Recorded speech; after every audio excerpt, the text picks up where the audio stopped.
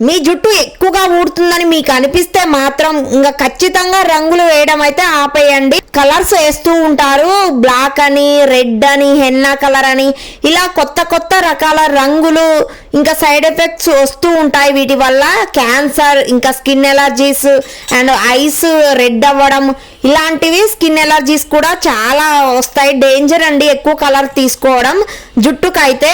So అది కూడా ఆపేయాలి. మన జుట్టు ఎక్కువగా రాలిపోతుంది అనిపిస్తే మాత్రం ఇవన్నీ చేయండి. ఖచ్చితంగా మీ జుట్టు అయితే హెల్దీగా గ్రోత్ వస్తుంది.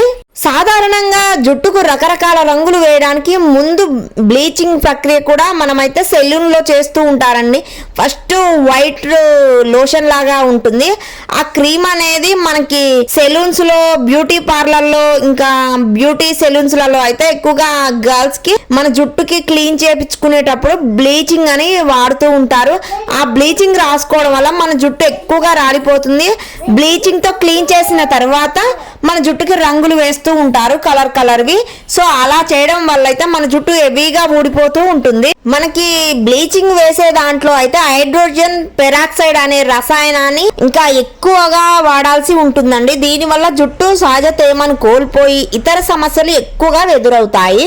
పొడి బారడం, మన జుట్టు చిట్లిపోవడం, రాలిపోవడం, కట్ అవడం, తెల్లబడడం, ఇలాంటివైతే జుట్టు బాగా రాలిపోతూ ఉంటుంది. ఇలాంటి సమస్యలు అయితే మనకి బ్లీచ్ చేసుకోవడం వల్ల ఎక్కువగా వస్తాయి.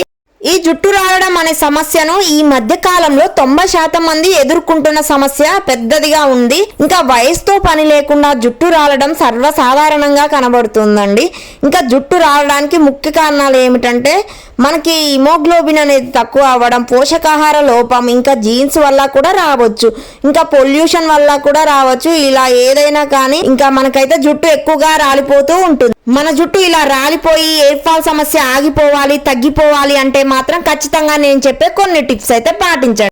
మన జుట్టు రాలకుండా ఉండాలంటే వీటితో పాటుగా పోషకాలతో కూడిన ఆహారం అండ్ కంటి నిండా నిద్ర, అది కూడా సరైన సమయంలో నిద్రపోవడం అవసరం చాలా వరకు. ఇంకా రసాయన చికిత్సలకైతే దూరంగా ఉండండి. ఇంకా బ్యూటీ పార్లర్కి వెళ్ళి స్ట్రైటనింగ్ అని, హెయిర్ కలరింగ్ అని, కర్లింగ్ అని చాలా రకాల హీటింగ్ టూల్స్ అయితే వాడుతూ ఉంటారు. ఇలా రకరకాల చికిత్సలు తరచూ చేయించుకోవడం వల్ల కొంచెం మంది అయితే బిజీ షెడ్యూల్లో కూడా వెళ్ళి వీక్లీ 2 or 3 times అయితే ఇలా కర్లింగ్ అని, స్టైలిష్ కోసం అని ఎక్కువ జుట్టును అయితే ఖరాబ్ చేసుకుంటూ జుట్టంతా రాలిపోయేలాగా చేసుకుంటూ ఉన్నారు. సో వీటికి దూరంగా ఉండండి, చాలా వరకు తగ్గించండి.